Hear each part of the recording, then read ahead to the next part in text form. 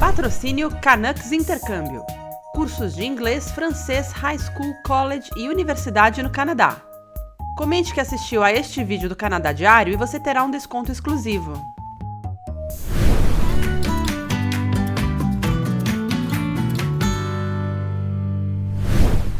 Olá, meus queridos! Olá, pessoal!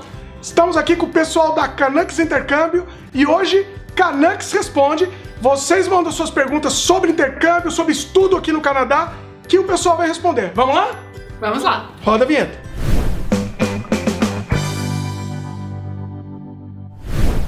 Bom, vamos começar com as perguntas. Mande você também suas perguntas aqui no comentário do vídeo mesmo. E vamos lá, vamos começar sem delongas.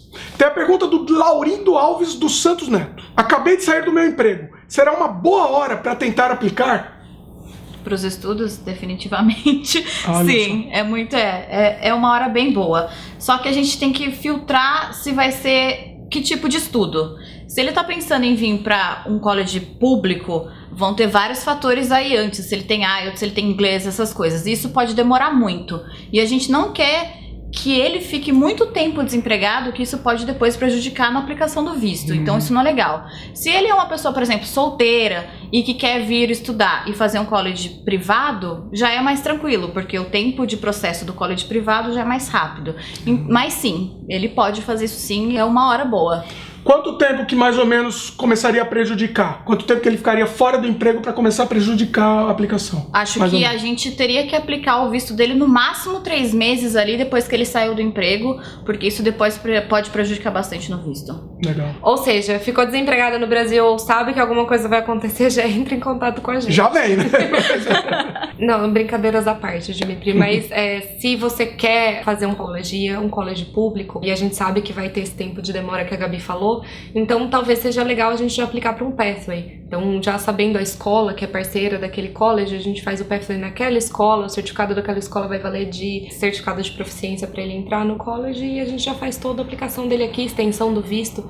Então, talvez seja indicado ele vir para um pathway se for um college público, e aí ele consegue vir mais rápido. Como vocês viram que, na verdade, o planejamento está muito ligado à questão do visto, né? E o visto é que vai efetivamente permitir que você realize o seu plano de estudos.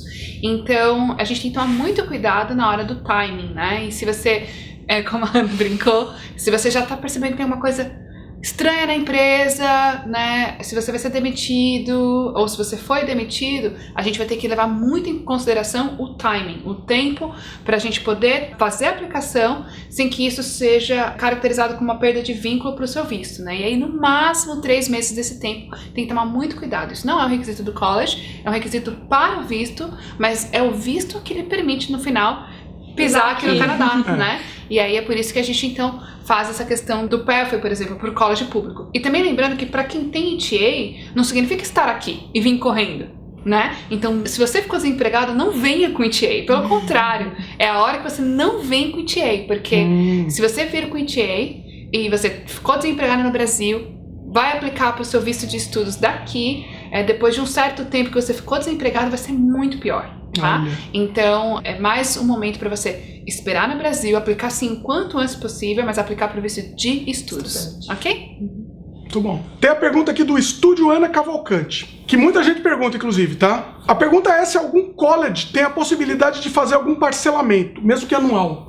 Isso é muito interessante, todos os nossos alunos perguntam isso. Eles acham... Todos, é 100%. Brasileiro é 100%. Brasileiro é parcelamento. Tá na veia, eu acho, da gente fazer parcelamento. Eu amo parcelamento, parcelamento é lindo demais, né?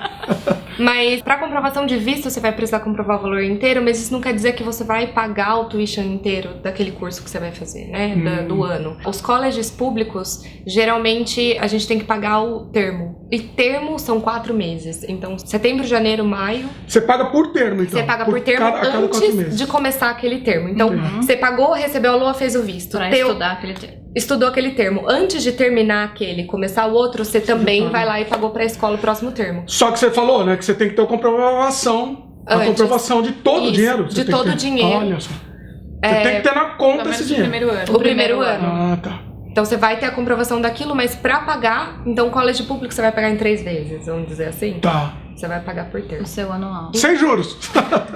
6 juros Sem- em 3 vezes. Mas o privado pode ser diferente. Porque o privado ele já é mais flexível. Você pode ter um planejamento de pagamento mensal.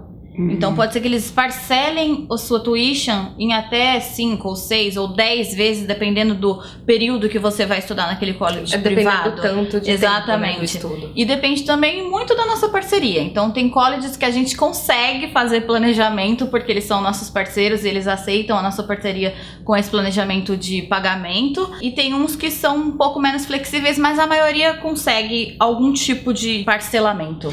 Mas, de qualquer jeito, mesmo esses mais flexíveis, você precisa aprovar também o dinheiro antes. Precisa. Ou seja, você participação tem que ter o é dinheiro. Você tem que ter na mão o dinheiro. Você vai comprovar a mesma coisa, a diferença é que você vai chegar aqui, você vai ter pago um Desembolsar. pedaço também pra receber a LOA, e depois você vai pagando aquelas parcelas que o college exigiu. Complementando, né, o que ela falou, que mesmo que anual, ela queria saber se mesmo anual parcelamento, ou seja, você falou anualmente, 3 vezes, você tem que comprovar o ano. Vamos dizer que você vai estudar 2 anos, você precisa comprovar 1 ano. O primeiro Pro ano, governo, pelo menos. Pro governo você sempre vai comprovar o primeiro ano de estudo, então o tuition daquele college que você vai fazer o primeiro ano, mesmo que você faça 2, 3, 4. Que geralmente vem na carta de aceitação. Isso, é o que vai pessoa. vir escrito, mais 10 mil do primeiro aplicante, e aí depende, se tem cônjuge é mais 4 mil, se tem independente mais 3 mil de cada um. E é sempre importante lembrar, né, Mari, que é quanto mais dinheiro, então assim, põe uma margem de 40%. Coloca no mais um seu, pouquinho.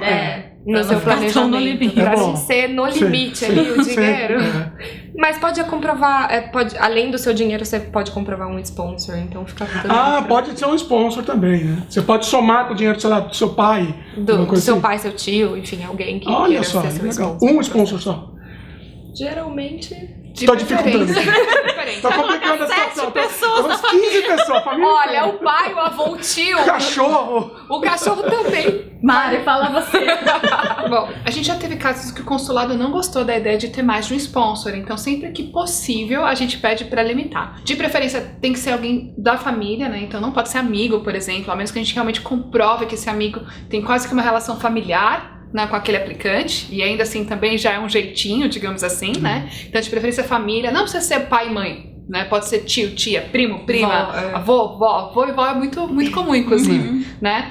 Irmão, cunhado, enfim, a gente consegue fazer o processo de sponsor com qualquer membro da família, mas de preferência que seja um só. Então, se você tiver possíveis candidatos, né, no processo de visto, a gente pode analisar a documentação de alguns deles e determinar.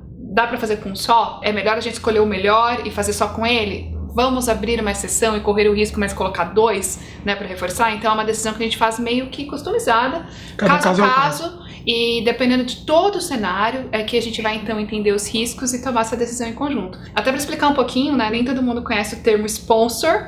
Sponsor é fiador, né? Fiador. Então, basicamente, aquela pessoa que vai apresentar a comprovação financeira e não necessariamente vai pagar R$1 pro seu programa, né? Só para ter o Só consulado mostrar o ter- dinheiro ali, ó. o consulado tem uma garantia de que se tiver uma situação de emergência e você não conseguir pagar, alguém da sua família vai estar lá disposto para te ajudar, né? E aí uma outra pergunta muito comum é: e se eu realmente não pagar, eles vão cobrar ser familiar? Não, Não? não cobra. Você vai perder você não vai Você poder vai frequentar. trancar, vai enfim, trancar. você vai parar o curso. Tem a pergunta aqui da Daiane Almeida. Ela quer saber como funciona para quem não sabe quase nada de inglês e quer fazer um curso de inglês no Canadá. E eu vou estender a pergunta dela, tá? Além de uma pessoa que não sabe nada de inglês para estudar inglês, eu quero saber também uma pessoa que não sabe nada de inglês para fazer qualquer outro curso, um college ou qualquer outro curso. Vamos estender isso, ampliar a pergunta. O que vocês me dizem? Bom, vamos por partes. Vamos primeiro responder a pergunta dela, se ela não tem inglês e ela quer vir para o Canadá estudar. Então, se ela não sabe nada, nem high nem bye, se ela não sabe nada de inglês, é importante lembrar que algumas escolas não aceitam alunos iniciantes. Dependendo da cidade, enfim, da quantidade de escola, o filtro principal vai ser esse: a escola que aceita aluno iniciante. Lembrando que chegando aqui no Canadá, em qualquer escola que você for estudar, você vai fazer um teste de inglês. Sendo você iniciante ou intermediário, né, seja qual for o seu nível, você vai fazer primeiro uma prova.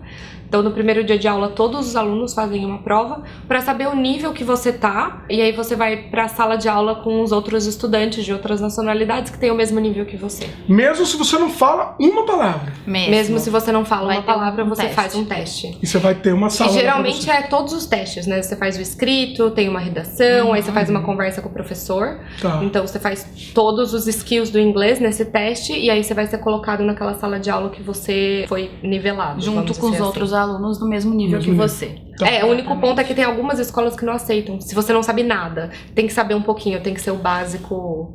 Algumas coisa. escolas não aceitam, mas tem Mas algumas tem que escolas que Tem outras que aceitam, é. Tá. E também tem a questão se a pessoa quer vir pra cá pra estudar não só inglês, mas também um college depois. Ela vai ter que passar pela escola de inglês antes, porque ela não sabe nada, e no college ela não vai ter aula de inglês. Ela vai ter aula de algum curso específico em inglês, porque ela está no Canadá. College é equivalente à faculdade, né? Que a gente fala college e o pessoal se confunde. É, instituição É uma de instituição ensino. de ensino, é. Isso, que não é inglês que eles vão ensinar. Exatamente. Então, para essas pessoas que querem ter essa continuidade de ensino inglês mais o college, existem os pathways, que a pessoa pode fazer um preparatório de inglês e essas escolas oferecem esses pathways que direcionam esse aluno para aquele college específico. O pathway também, em vários casos, ele vai entrar no lugar da proficiência. Então, se você alcança um certo nível no pathway e quer ir para aquele college que aquela escola de inglês tem a parceria, ele leva em consideração o nível que você alcançou naquela escola de inglês e você já vai direto para o college.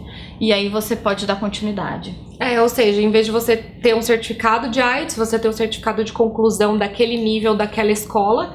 Então, só para entender o timeline, né? Se ela começou do zero, ela vai estudar básico, intermediário. A hora que ela chegar num determinado nível do intermediário daquela escola, que é geralmente do intermediário a avançado, que você entra nos No pathways. Aí você vai começar a cursar os pathways. Chegando no nível X do pathway que aquela escola X exige, aí você, com aquele certificado, você pode aplicar para aquele college. Então ele consegue fazer todo o caminho aqui dentro. Agora, esse nível X aí é variável também. É variável. Cada escola mede o nível de inglês de uma maneira, né? Então, e cada escola ela vai ter um número X de níveis. Então, tem São escola que nomenclaturas são diferentes para os níveis. Tem escola que segue o padrão europeu, tem escola que tem 17 níveis, tem escolas que tem menos. Então, de acordo com cada escola, é um tanto de tempo que o estudante vai ficar naquele nível. Então, tem escola que você muda de nível a cada 4 semanas, tem escola que são 8 semanas. Então, isso daí também é importante o aluno... O aluno não vai ter todas as informações e pesquisar cada metodologia de cada muito escola. detalhe, Então, né? é por isso que a gente ajuda. A gente entra nisso para dar uma filtrada, senão é muita coisa. É muita sabe opção, pra né? Pois é. E lembrando que se você realmente tem a intenção de vir estudar inglês para depois ir para um college, já faz seu planejamento aplicando para o Study Permit, para não chegar aqui como visitor e ter que trocar o status, que hoje em dia não é muito bem visto. Trocar o status já no Canadá né, é meio complicado. Isso, né? é melhor, é mais seguro já vir com tudo pronto, certinho para sua aplicação, o seu processo, todo aquele. Até porque, se você já sabe o seu college, a gente vai te indicar a escola de inglês que tem parceria com aquele college. Então, por isso que é legal. Se você já tem esse planejamento, você economiza muito um mais tempo. seguro. Muito bom. Muito bom. Bom, e quem se interessou, quer vir estudar aqui no Canadá, procura a Canucks Intercâmbio. Fala um pouco da Canucks aí, pessoal.